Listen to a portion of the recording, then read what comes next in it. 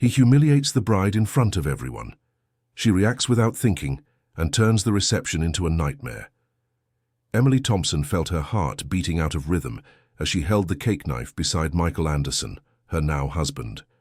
200 guests watched her with expectant smiles, cameras ready to capture the sweetest moment of the ceremony that had consumed her savings from the last 2 years. It was then that Michael placed his hand over hers on the knife and whispered something she couldn't fully understand. Before she could ask what he had said, she felt a brutal force pushing her head down. Her face plunged into the white frosting of the 3-tiered cake, the initial shock leaving her completely paralyzed, as Michael's loud, cruel laughter echoed through the hall. "She's always been a little clumsy," he shouted to the guests, pointing at her while continuing to laugh. "At least now everyone can see." The silence that followed was deafening. Emily remained still for a few seconds, the frosting dripping down her face, over the veil her grandmother had hand-embroidered, over the delicate lace she herself had chosen with so much care. The dress that had cost 3 months' wages was now stained, as was her dignity. But something inside her broke at that moment. It wasn't just the public humiliation in front of everyone she loved. It was the way he laughed, as if her pain were a spectacle for his amusement, as if she were just an object for his entertainment. Without thinking, Emily grabbed what was left of the cake, a sizable piece that was still standing, and hurled it with all her might at Michael's chest. The frosting and chocolate fudge filling spread across his impeccable white shirt, also staining the tie she had given him as a gift the day before.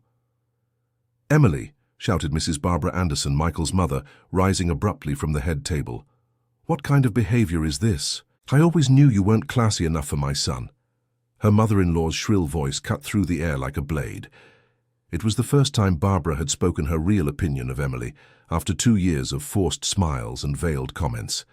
Abigail Thompson, Emily's younger sister, didn't hesitate to stand up from the family table. "Class?" she retorted, still holding the napkin she had used to wipe away her tears of emotion from moments before. "You want to talk about class? Then let's talk about your son's class. He owes 3 months' rent and lives off our family." A murmur of surprise swept through the tables. Many guests didn't know about Michael's real financial situation. He had always presented himself as a successful man. Brandon Wilson, Michael's childhood best man, stood up trying to calm things down. "Everyone, let's take it easy here. Every wedding has its tense moments, but—" "Tense?" interrupted Abigail, now standing with her face red from indignation. "Brandon, you know very well that Michael lost his job 4 months ago and lied to everyone, including Emily." The silence that followed was even deeper than before. Brandon lowered his eyes, wordlessly confirming Abigail's accusation. Emily, still with frosting on her face, felt a new wave of shock. She wiped her eyes with the back of her hand, smearing the makeup that had taken 3 hours to apply. "Is it true, Michael?" Her voice came out low but clear enough for everyone to hear. "You lost your job and didn't tell me?" Michael tried to smile, that same charming smile that had won her over 3 years earlier. "Honey, let me explain. It's not exactly like that." "Not exactly like what?" Emily was now fully standing, ignoring the pieces of cake falling from her dress. "How is it not exactly like that?" It was then that she remembered the messages, those messages she had found on his cell phone the week before, when he asked her to look up a phone number. Messages exchanged with a certain Jessica, a co-worker, according to him. "And the messages, Michael," she continued, her voice growing firmer with each word. "The messages you exchanged with Jessica." Michael's face visibly paled. "What messages? I don't know what you're talking about." "I read them, Michael. I read all of them. The messages where you arranged to meet, where she said she missed you, where you said she was much more interesting than your girlfriend." A woman at the back table slowly stood up. It was Jessica Miller, supervisor of Michael's old department, who had been invited to the party as a co-worker. Her brown hair was tied up in an elegant bun, and she wore a navy blue dress that contrasted with her pale skin.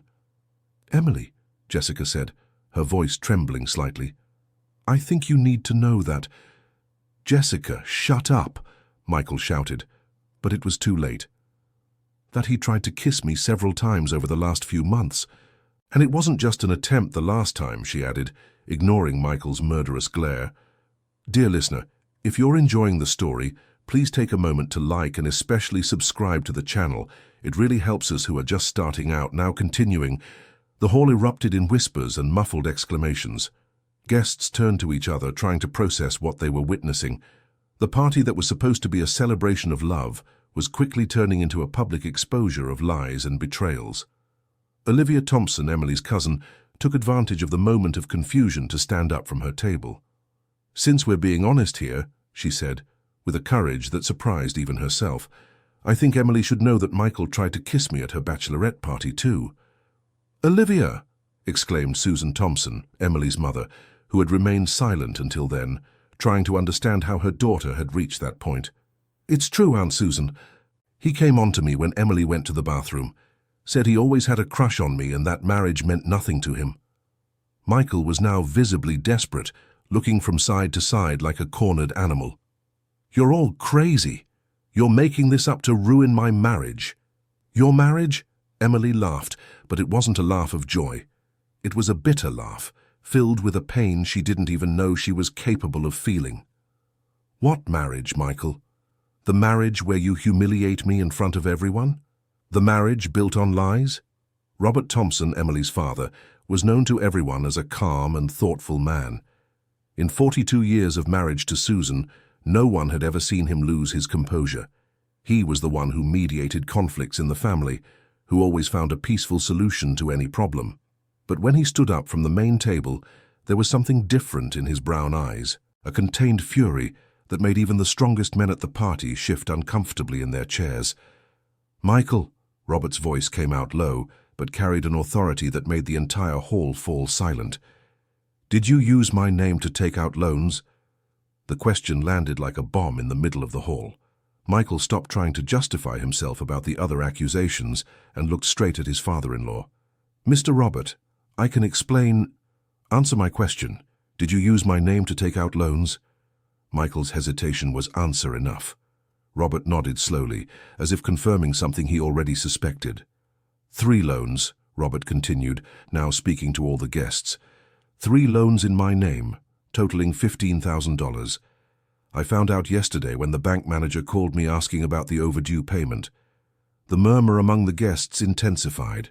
Some people began whispering among themselves, others shook their heads in disapproval. At the band's table, the musicians had stopped playing a few minutes earlier, watching the scene unfold as if it were a television drama. Daniel Anderson, Ricardo's older brother, tried to intervene in defense of the family. "Everyone, let's all take a deep breath here. Michael went through some difficulties, but—" "Difficulties?" Abigail interrupted again.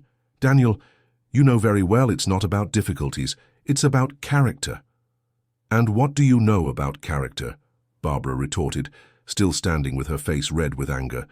"You Thompsons always thought you were better than us. You always looked down on my son." "We looked down?" Susan Thompson finally spoke up, slowly rising from her chair. At 63, Susan had worked as a seamstress her entire life to raise her 2 daughters after her husband had an accident that limited his ability to work. "Barbara, I sold my mother's jewelry to pay for this party. Jewelry that was the only memory I had of her." Susan's revelation brought a new layer of pain to the moment. Emily didn't know her mother had made that sacrifice. No one knew. "I sold my mother's engagement ring, the ring she wore for 50 years of marriage, because I wanted my daughter to have the wedding of her dreams," Susan continued with tears in her eyes. "And your son uses our party to humiliate my girl?" The silence that followed was broken only by the sound of someone crying. It was Mrs. Eleanor Thompson, Emily's grandmother, an 82-year-old lady who rarely spoke at family gatherings, preferring to observe and listen. But now she was rising from her chair with the help of her cane, moving slowly toward the center of the hall, where Emily still stood, with frosting on her face and tears in her eyes. "My dear granddaughter," said Eleanor, her voice weak but firm, reaching every corner of the hall, "come here to Grandma." Emily walked to her grandmother, who extended a lace handkerchief so she could wipe her face. "You know, my child," Eleanor began, speaking to Emily but loud enough for all to hear, "when I was your age, my husband, your grandfather, put me through the same thing." A murmur of surprise ran through the hall. No one in the family knew this story. It was 1963, our silver anniversary party. 25 years of marriage, 3 children raised, a whole life built together. And he, in front of all the family and friends, said I was old and ugly, that he didn't know why he was still with me. Eleanor paused for a moment, her light blue eyes fixed on Emily's face. "I stayed silent, my child. I stayed silent for 15 more years, until the day he passed. 15 years pretending I hadn't heard, pretending it hadn't hurt, pretending I wasn't worth more than that." She turned to look directly at Michael. "But you, my dear granddaughter, you will not stay silent, because I didn't raise your mother to raise a daughter who accepts humiliation. And your mother didn't raise you to accept disrespect." Eleanor's words reverberated through the hall like a bell. Several older women among the guests nodded silently, recognizing their own stories in the elderly woman's words. Derek Johnson, the photographer hired to document the ceremony, had continued photographing the entire drama. He didn't know if he should stop, but his professional experience kept him capturing every moment, every expression, every tear. Samantha Reed, Emily's godmother and her best friend since adolescence, finally decided to speak. "Emily," she said, rising from her table, "do you remember when I warned you about his behavior at your birthday last year?" Emily turned to look at her friend. "When he spoke badly about you to our friends, saying you were too clingy and needy. When he flirted with the waitress right in front of you and then said he was just being polite." "Anna, not now," Emily whispered. "No, Mari. Now is exactly the time. I tried to warn you, but you said I was exaggerating, that he was just a jokester." Michael tried to interrupt. "Anna, you've always been jealous of Emily?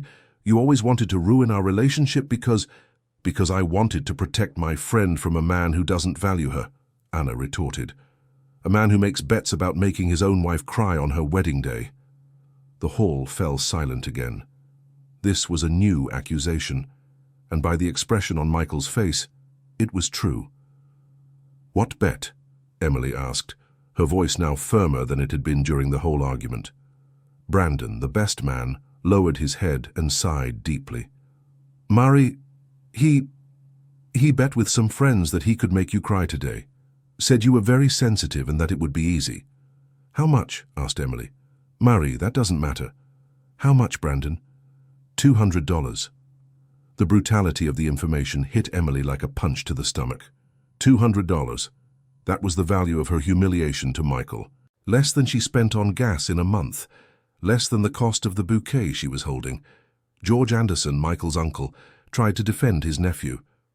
"Folks, you're exaggerating. Men make silly jokes sometimes. In our family, it's normal." "Normal?" interrupted Diane Anderson, George's wife. "George, stop talking nonsense. It's not normal to humiliate any wife." "Diane." "No, George. You did the same thing to me 20 years ago, when you told your friends intimate details of our life to win a bet, and I stayed quiet. But I won't watch this young lady go through what I went through." Diane's revelation brought a new perspective to the situation. Other women in the Anderson family began to shift uncomfortably, as if recognizing something familiar in the story. Amanda Parker, the decorator hired for the party, appeared next to the main table with a worried expression. "Sorry to interrupt," she said hesitantly, "but I need to talk about the payment. With all this happening, I need to know if—" "Amanda," Susan interrupted, "don't worry, your payment is guaranteed, even if I have to sell something else." Michael tried to compose himself and walked toward the microphone the band had left on the stage. "Everyone, please," he began, his voice coming out shaky through the sound system. "I want to apologize to everybody, especially to you, Murray. I know I took the joke too far, but it was just a joke. You know me, you know I wouldn't purposely hurt Emily." His speech sounded rehearsed, as if he were trying to save the situation with empty words. Some guests began to murmur among themselves, clearly unhappy with the attempt to minimize what had happened.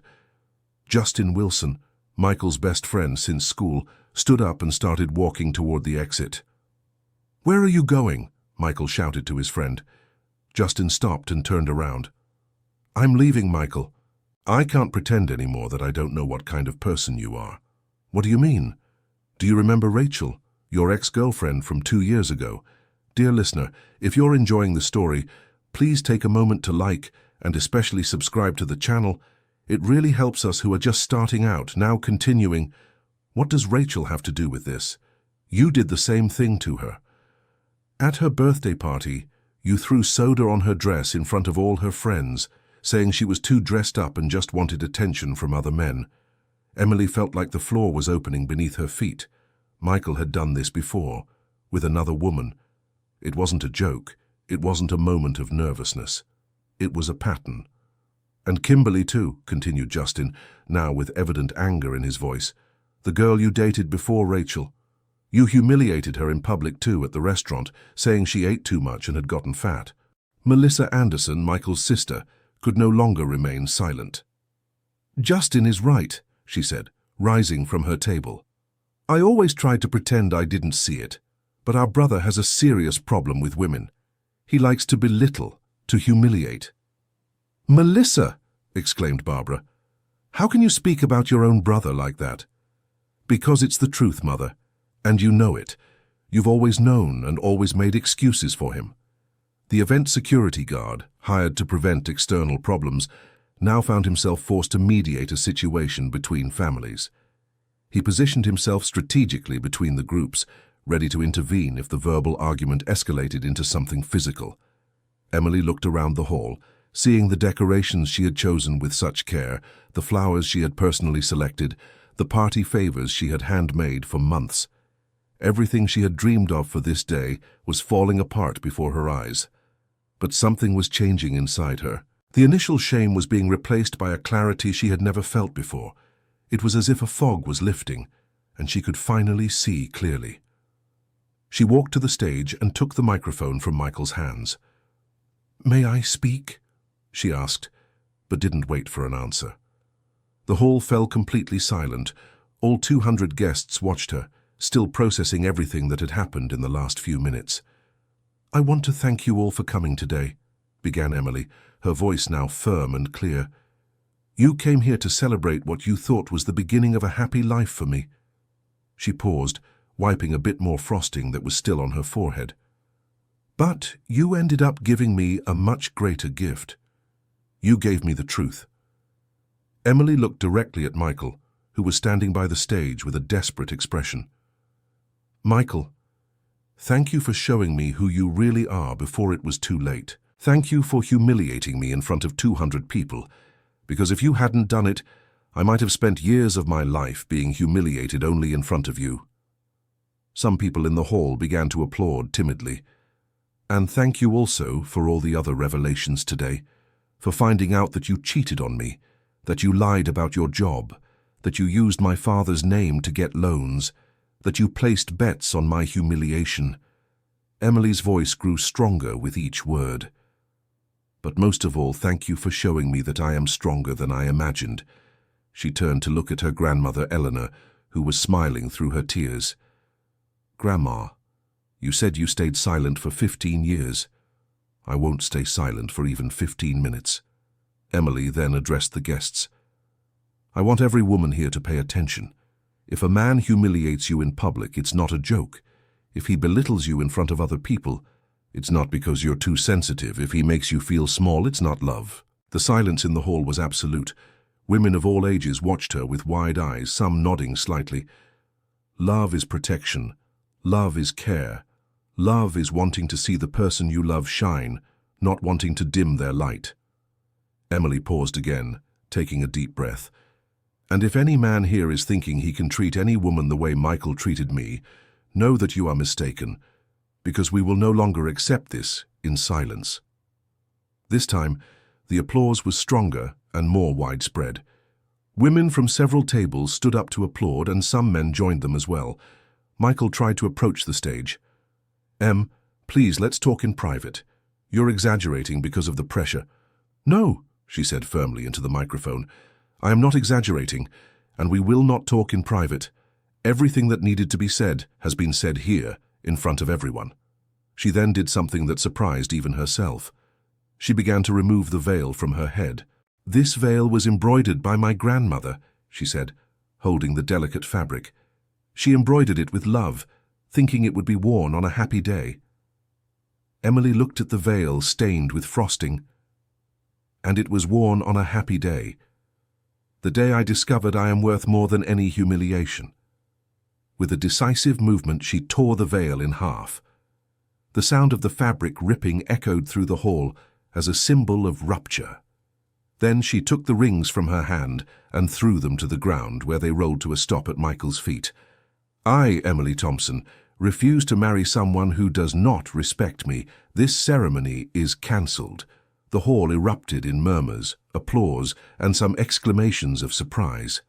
Some guests began to stand up, not quite knowing what to do. Father Thomas Williams, who had officiated the ceremony earlier and had returned to the hall to join the celebration, walked up to the stage. "My child," he said gently, "perhaps it would be better if we talked calmly. Emotions are running very high." "Father Thomas," Emily interrupted respectfully, "with all due respect to you, who have always been very good to our family, there is nothing to discuss. You saw what happened here. You saw how this man treated me." The priest looked at Michael and then at Emily. "You are right, my child. No woman should go through that."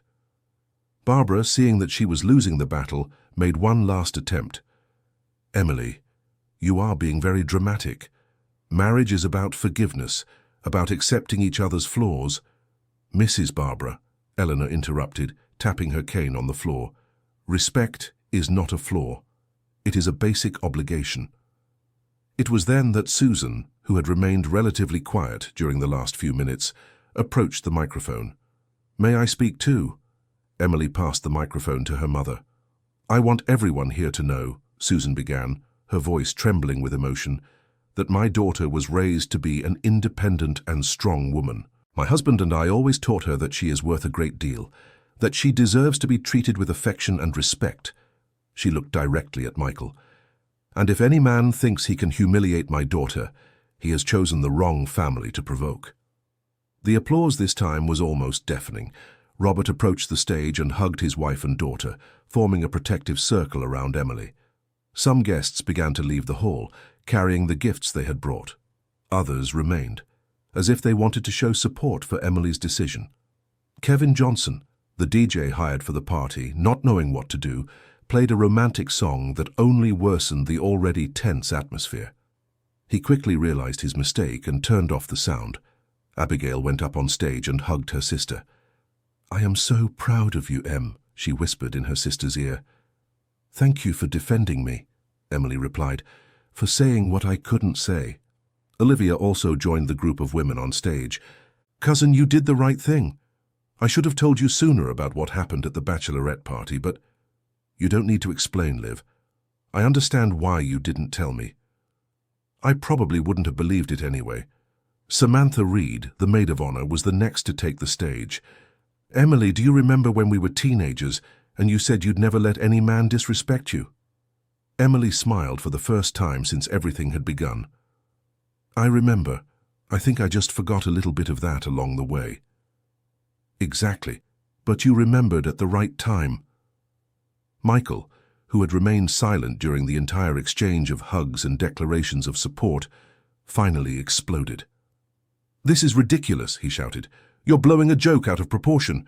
You're destroying a marriage over a joke." The entire hall turned to look at him.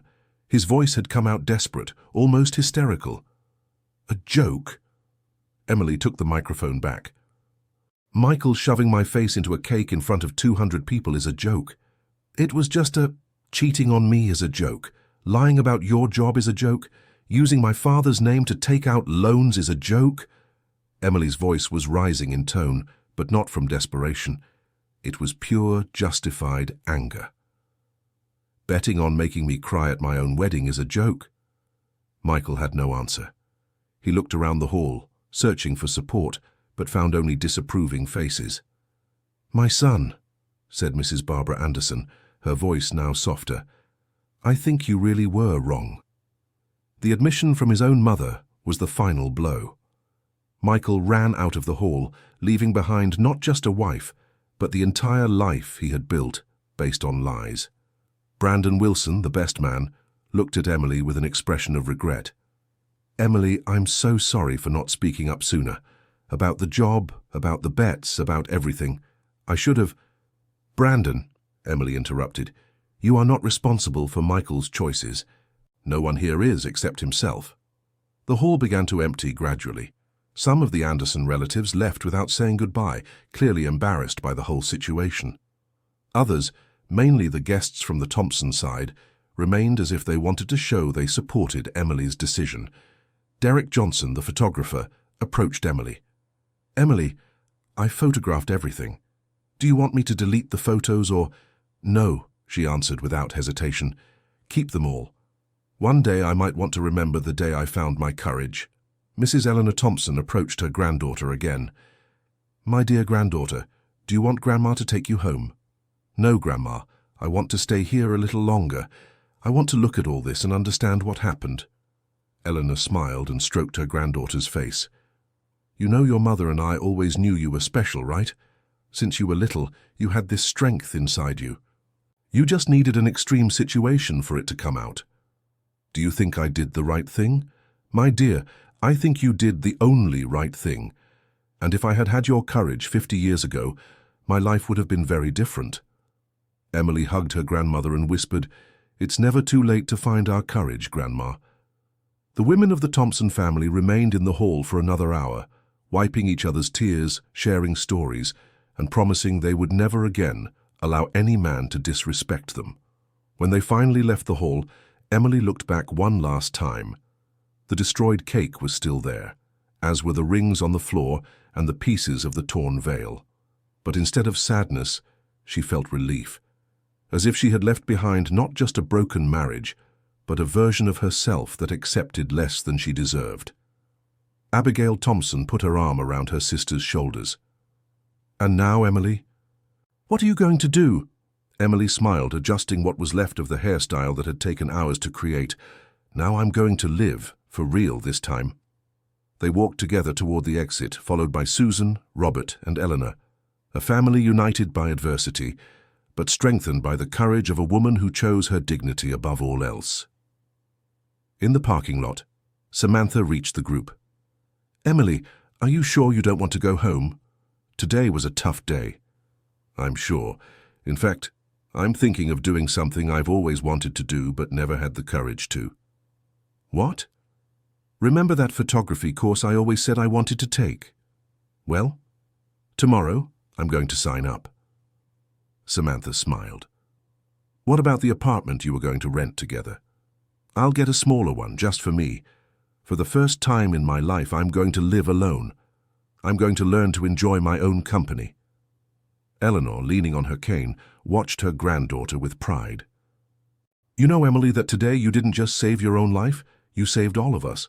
"How so, Grandma?" "You reminded us that it's never too late to say no. It's never too late to choose our dignity.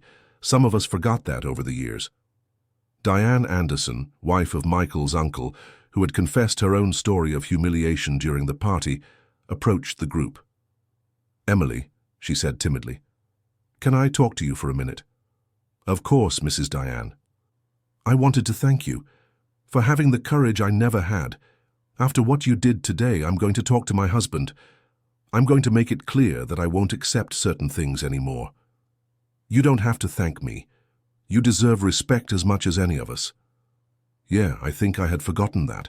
Diane hugged Emily and walked away, standing straighter than when she had entered the hall. Jessica, Michael's former co-worker, also approached before leaving. "Emily, I wanted to apologize. I should have refused his advances from the start. I should have told you sooner. Jessica, you don't owe me an apology. You were brave to speak the truth when it mattered. Thank you for understanding. And, if you want, I know some companies that are hiring. You mentioned photography, but if you want something in the administrative field too, I'll take any leads. I'm going to have to start from scratch anyway." The two women exchanged contacts, united by an experience that, although painful, had revealed the strength in both of them. As the last guests left, Emily realized she wasn't feeling the emptiness she had expected to feel. Instead, she was filled with a new sensation, the feeling of being complete on her own. Robert approached his daughter. "Emily, about the loans that Michael took out in my name. Dad, we're going to handle that together. It wasn't your fault. I should have realized sooner what kind of man he was. Dad, he fooled all of us. He fooled all. He was very good at pretending to be someone else." Robert hugged his daughter tightly. "I am so proud of you, my daughter. So proud of the woman you became today.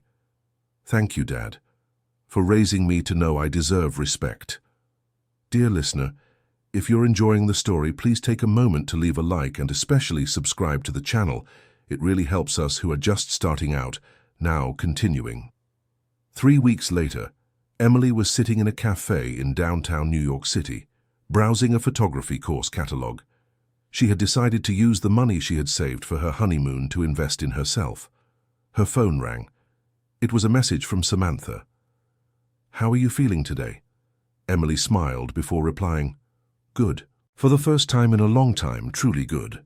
The reply came quickly. "Want company for lunch?" "Always." 20 minutes later, Samantha arrived at the cafe, bringing with her an energy that Emily had forgotten it was possible to feel, the energy of a true friendship, without judgment or ulterior motives. "How was the job interview?" Samantha asked, sitting down at the table. "Good, really good, actually. The company seems nice, and they were interested in my event planning experience." "That's great, and the apartment?" "I signed the lease yesterday. It's small, but it's mine, all mine." Samantha smiled. "And how are you feeling about all of this? About having made the hardest decision of your life?" Emily thought for a moment before answering. "You know, Samantha, at first I thought I was losing everything. I lost the marriage. I lost the plans I had for the future. I lost the security of having someone by my side. And now? Now I realize I didn't lose anything important. In fact, I gained everything that truly matters. My self-esteem, my dignity, my freedom. And the hard times, because I know there were hard times." Emily nodded. "There were. Especially in the first few days, when I'd wake up and remember there wouldn't be a wedding anymore. I wouldn't have the life I had planned anymore. But then I'd remember how I felt in that hall, the humiliation, and I realized any hardship was better than living a life based on lies." "And your family? How are they handling everything?" "My mother is proud. She said she feels relieved she doesn't have to pretend she liked Michael anymore. My father is sorting out the loan issues. But he said he doesn't regret anything, because it revealed his true character before it was too late." "And your grandmother?" Emily smiled more broadly. "My grandmother is different. It's like my attitude awakened something in her too. She started telling more stories about the past, about the things she endured in silence, and she said she wants to learn how to use a computer to communicate better with her granddaughters. That's incredible. Yeah, and there's more. Remember Mrs. Diane, the wife of Michael's uncle?" "I remember. She called me last week. She said she talked to her husband and set clear boundaries about what she will and won't accept. He apologized and is trying to change. She said our party was a turning point for her too." Samantha took her friend's hand. "Mari, do you realize what you've done? You didn't just change your own life. You inspired other women to change theirs too."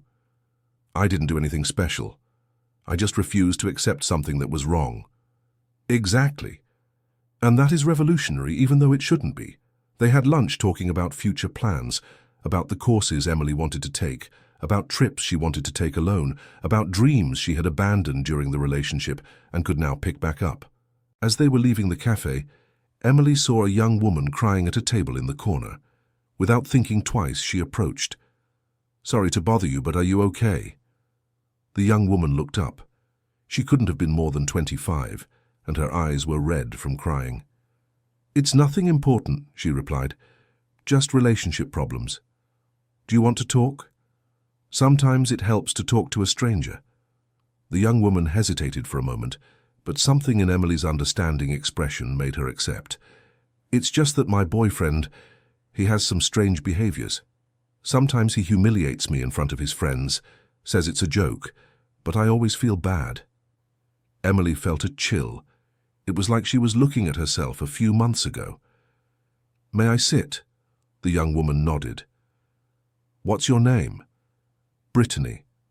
"Brittany, I'm Emily, and can I tell you a story?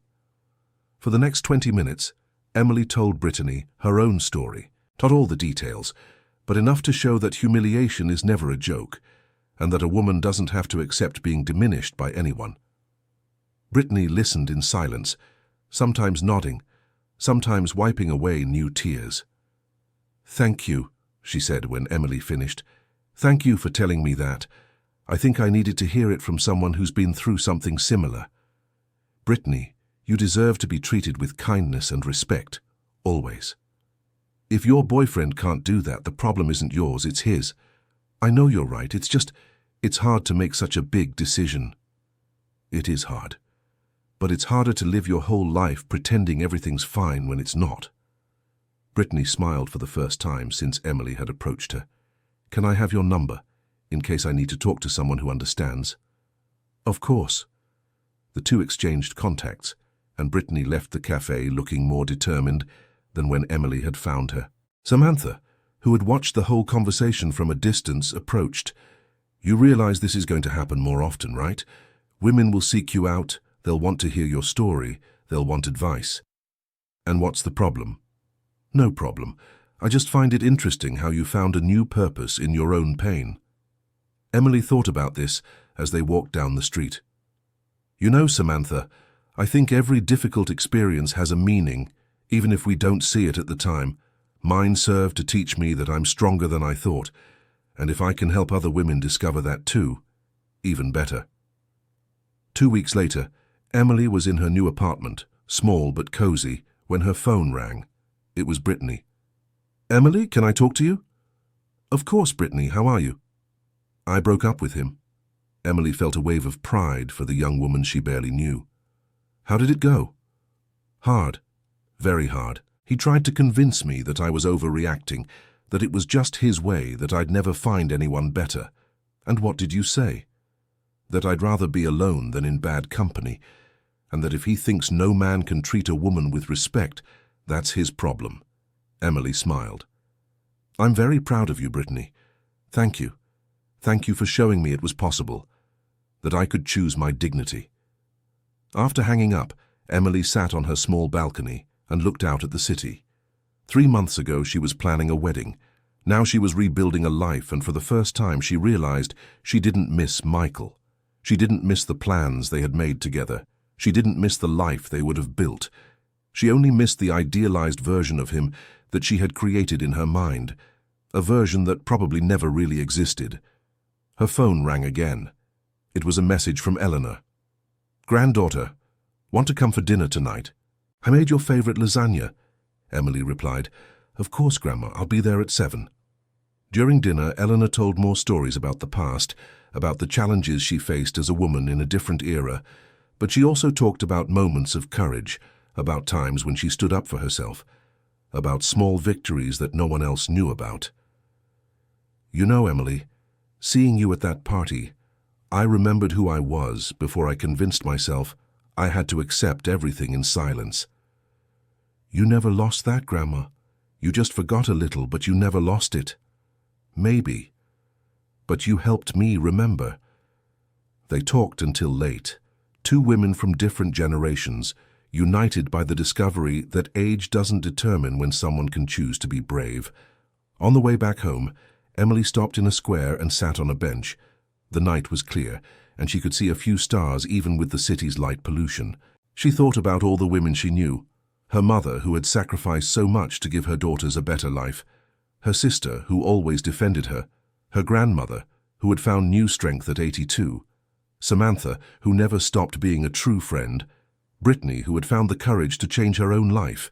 And she realized that all of them were stronger than they thought. All of them had within themselves the ability to choose their dignity when necessary. Emily smiled at the stars, feeling a deep gratitude not just for the life she was building, but for the life she had chosen not to live, for the humiliation she had refused to accept, for the lie she had decided not to pretend was true. Her phone vibrated with a notification. It was an email from the company where she had interviewed. They wanted to hire her. Instead of calling someone to share the news, Emily simply smiled to herself. It was good to have someone to share joys with, But it was even better to know she could feel complete happiness, even when alone. She got up from the bench and walked home, to her small but her own apartment, to her uncertain but authentic life, to her unknown but possibility-filled future. And for the first time in a long time, Emily felt exactly where she should be, at home with herself. 6 months after the wedding that didn't happen, Emily was organizing an exhibition of her first professional photographs. The course had opened a new world for her, and she discovered she had a talent for capturing spontaneous moments, genuine emotions. The exhibition was called Portraits of Courage and featured photos of women of all ages who had gone through moments of overcoming. There was a photo of Eleanor smiling with her cane, of Susan sewing on her old machine, of Brittany on the day she graduated from a nursing course she had dropped out of because of her ex-boyfriend. Samantha helped with the organization, and Abigail had come from another city especially for the opening. Did you see how many people came?" Abigail commented, looking around the small gallery. "I didn't expect so many people," Emily admitted. "When the gallery owner suggested this exhibition, I thought it would be something small. Your photos speak to people. They see their own stories in them." A lady about 70 years old approached Emily. "Are you the photographer?" "I am." "I wanted to congratulate you. Your photos reminded me of my own story. I also had to choose my dignity once. Would you like to tell me about it?" "It was many years ago. My first husband cheated on me openly, and everyone expected me to pretend I didn't know, that it was normal for a married woman, but I couldn't. I asked for a divorce in 1975, when that was still almost a scandal." "And did you regret it?" "Never. I married again years later to a man who treats me as I deserve. We had 40 happy years together before he passed. Thank you for sharing that with me. Thank you for reminding me I made the right choice." Throughout the night, Emily talked with women who identified with her photographs, with their stories. Some told their own experiences of overcoming. Others said they were thinking about necessary changes in their lives. At the end of the exhibition, when the last visitors were leaving, Eleanor approached her granddaughter. "Granddaughter, I have something to give you." She took a small velvet box from her purse. "What is this, Grandma?" "My mother's ring, the one your mother sold to pay for the party." Emily opened the box and saw an antique ring with a small diamond that sparkled even in low light. "Grandma, but how?" "I managed to buy it back. It took a few months, but I did it. I wanted to give it to you on the day you proved you were stronger than all of us imagined." "Grandma, I can't accept this." "Yes, you can. This ring belongs to brave women in our family, and you proved you are the bravest of all." Emily put the ring on her finger and hugged her grandmother, feeling connected not just to her family, but to all the women who came before her and who made difficult choices so she could have better options. 1 year later, Emily was preparing a new exhibition when she received an unexpected call. "Emily, it's Jessica." "Jessica, how are you?" "Good. Very good, actually. Do you remember when you said that one day we could work together?" "I do." "Well, I'm starting my own event planning company, and I wanted to know if you'd like to be the official photographer. It would be a partnership." Emily smiled.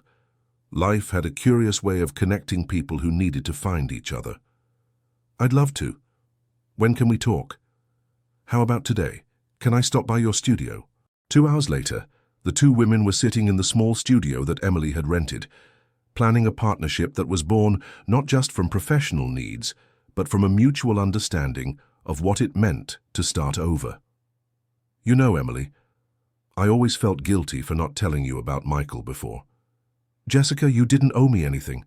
And besides, even if you had told me, I probably wouldn't have believed it. Sometimes we need to discover certain truths on our own." "Maybe, but I learned something from this whole situation." "What?" "That staying quiet to avoid bothering people sometimes hurts more people than speaking the truth at the right time.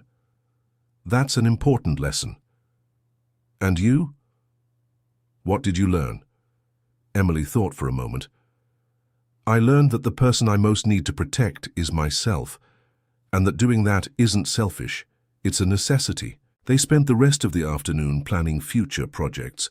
Two women who had found each other at a difficult time and were now building something new together. At the end of the day, as Jessica was leaving, she turned to Emily. "Thank you." "Why?" "For showing me that it's possible to start over after anything. For proving that we can turn one of the worst experiences of our life into a new beginning." After Jessica left, Emily was alone in her studio, looking at the photographs she had taken over the last few months. Each one told a story of overcoming, of courage, of women who had chosen their own lives instead of accepting lives that others wanted to impose on them. She picked up the phone and called Brittany. "Hi, Em. How are you?" "Good, really good. How are things?" "Great. You know I started dating again." "That's wonderful. What's he like?" "Completely different from my ex.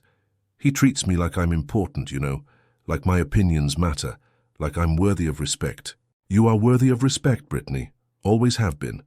I know that now. And it's funny, after I learned to value myself, I started attracting people who value me too. That's exactly how it works." "Em, can I tell you something?" "Of course. You completely changed my life. If it weren't for you, I'd probably still be in that destructive relationship, convincing myself that it was normal to be treated badly." "Brittany, you're the one who changed your life. I just told my story. You were the one who had the courage to act." "Maybe. But sometimes we need someone to show us that it's possible." After hanging up, Emily left the studio and walked through the downtown streets. It was early evening, and people were leaving work, each heading to their own life, their own challenges, their own choices. She stopped in front of a store window where a news program was playing on the television. The report talked about the increase in divorces among younger people, about how the new generation was less willing to accept problematic relationships. Emily smiled. Maybe her story wasn't so unique after all. Maybe there were many other women making similar choices, choosing their dignity over social convention. She continued walking until she reached home, to her apartment that was now decorated with her own photographs, with plants she had learned to care for, with books she had chosen to read. When she entered, she found a message on the phone. It was from Eleanor. "Granddaughter, call your grandma when you get home. I have some news to tell you." Emily called immediately. "Grandma, what news is that?" "I signed up for a computer course." Eleanor's voice was full of enthusiasm. "I'm going to learn how to use the internet, email, all those things." "Grandma, how wonderful. At how many years old?" 83. "So what? You taught me it's never too late to start something new. I'm very proud of you. And I'm proud of you, my granddaughter, of all of us, our family of brave women."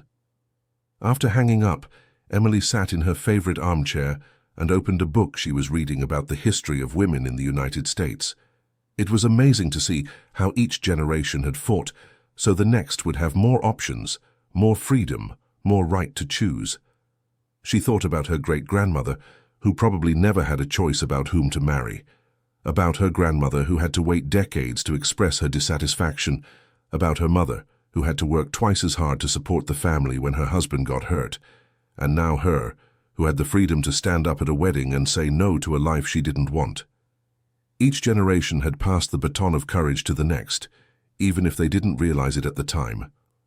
Her phone rang again. It was a text message from an unknown number. "Hi, Emily. My name is Tiffany.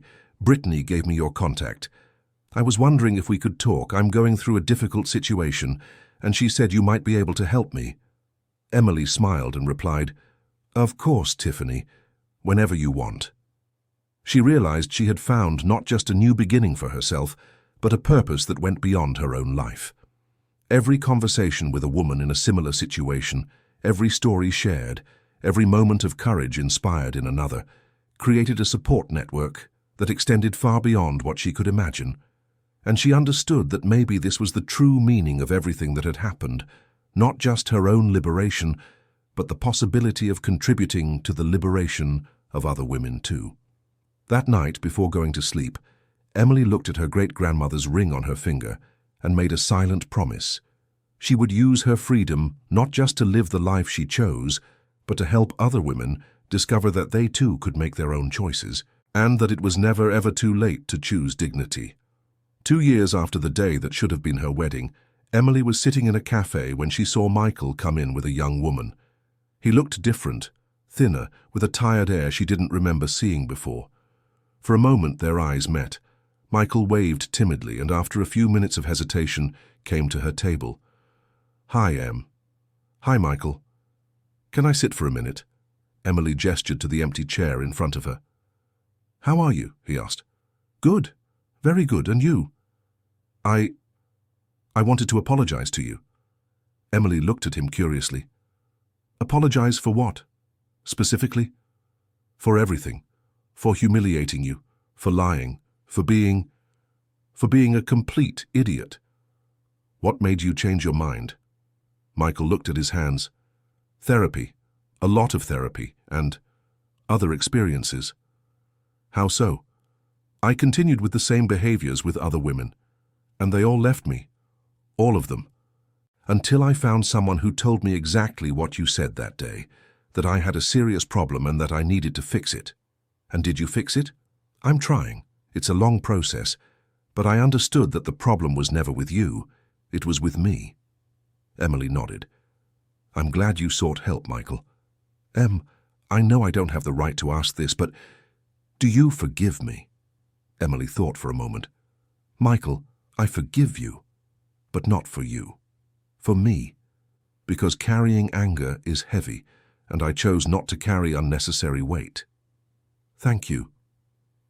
But I want you to understand one thing. I forgive you for what you did, but I will never forget. And most importantly, I will never forget the strength I found to get out of that situation. I understand, and I want you to know that you did the right thing that day. It took me a while to understand, but you did the right thing. I know." They talked for a few more minutes, a strange but necessary conversation that brought a closure Emily didn't know she needed. When Michael stood up to leave, he stopped and turned around one last time. "Emily, you look radiant, more beautiful than I remember. It's as if you found something that was missing." "I did. I found myself." After he left, Emily remained at the cafe for a few more minutes, processing the encounter. She felt no anger, no sadness, no nostalgia. She felt only a deep gratitude for having had the courage to leave a situation that could have become much worse. She picked up the phone and called Samantha. "Guess who I just ran into?" "From the tone of your voice, Michael." "You got it." "And how was it?" "Strange, but good. He apologized. Said he's in therapy." "And how did you feel?" "Relieved. Relieved to feel nothing but indifference. To be absolutely sure I made the right choice." "That's good, Emily. That's good that you got that closure." "You know what's funny, Samantha? For a long time I wondered if I hadn't overreacted that day, if I hadn't destroyed something that could have been fixed. And now? Now I'm sure I didn't destroy anything. I saved myself." That night, Emily was at home organizing photos for her next exhibition when she got a call from Abigail. "Emily, you need to come over to the house." "Why? Did something happen?" "Nothing happened. But Mom wants to show you something." An hour later, Emily was at her parents' house, curious to know what Susan wanted to show her. "Sit here, my dear," Susan said, pulling a chair next to the kitchen table. Susan went to a cabinet and took out a box Emily had never seen before. "What is that, Mom?" "They're letters. Letters I received during these 2 years." "Letters from whom?" "From women. Women who heard your story through friends, acquaintances, relatives. Women who wanted to write to me to tell their own stories." Susan opened the box and showed dozens of handwritten letters. "There are more than 50 letters, Emily. 50 women who felt inspired by your courage." Emily picked up one of the letters at random and began to read. "Mrs. Susan, my name is Jennifer, and I'm from Chicago. A cousin of mine who lives there in New York City told me your daughter's story. I wanted to say that she gave me the courage to leave a 15-year marriage where I was constantly belittled." Emily felt her eyes fill with tears. "Mum, I didn't know—" "There's more, dear. Look at this one." Susan picked up another letter. Mrs. Susan, I'm a 68-year-old retired teacher. When I heard your daughter's story, I remembered my own youth and the things I accepted in silence. I spoke with my 25-year-old granddaughter and told her that she must never, ever accept being humiliated by any man. And this one, Susan continued, picking up a third letter. It's from a mother thanking you because her daughter ended an engagement after hearing your story. She found out the fiancé had behaviors similar to Michael's. Emily was crying now, but not from sadness. It was a hard emotion to define, a mixture of pride, responsibility, and gratitude. Mum, why did you never show me these letters before? Because you needed to heal first. You needed to be sure of your own choices before knowing the impact they had on other people's lives. And now? Now I think you're ready to know that that terrible day at the party turned into hope for many other women. Emily spent the next 2 hours reading letters, each telling a different story, but all connected by a common thread. The discovery that it was possible to choose dignity, even when it meant giving up things that seemed important. There were letters from young women who had ended abusive relationships, from older women who had decided to divorce after decades of unhappy marriage, from mothers who were teaching their daughters about self-esteem and self-respect. Mum, Emily said when she finished reading the last letter, do you think I should answer these letters? I think you should do what your heart tells you. My heart is telling me to do more than answer letters. What are you thinking? I'm thinking about writing a book, tell my whole story, but also include these other stories. Show that no woman is alone in this struggle. Susan smiled. I think it's a wonderful idea, my dear. Would you help me? With the letters, with the contacts of these women? Of course. It would be an honor. That night, Emily left her parents' house with the box of letters and a new mission. She had found not only her own voice, but a way to amplify the voices of many other women. And she realized that perhaps this was the true reason for everything that had happened. Not just her own liberation, but the creation of a network of support and courage that spread far beyond what she could have imagined. The book she would write wouldn't be just about her.